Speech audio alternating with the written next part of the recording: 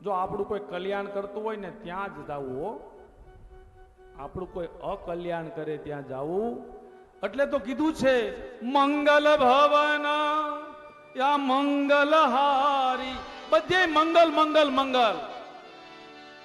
તમે એક એક ચોપાઈ તો વાંચો, ખાલી એક એક ચોપાઈ તો, ક્યાંય તમારે જવાની જરૂર જ નથી.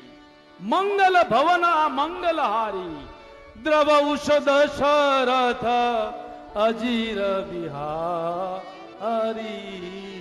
અરે આ સવારમાં ખાલી ચોપાઈ કરો ને, ચોપાઈ ખાલી આ મંગલ ભવન, તો તમારું મંગલ મંગલ ને મંગલ જ થાય. માટે આપણે કાંઈ કરતા નથી. પછી છેલ્લે શું કે, આજ રાતે ઓનલાઈન બહુ મોબાઈલ જોવા ગયો ને, સારું સવારે ઉઠાણું નહીં, નો આવી શક્યો કાનાભાઈ. એલી પુષ્પાબેન આજે ન આવી શક્યો. હે આવું થાય હો ખરેખર. માટે તમને સમય હોય પ્રભુને સમર્પિત થવા માટે તો પ્રભુની ભક્તિ કરજો.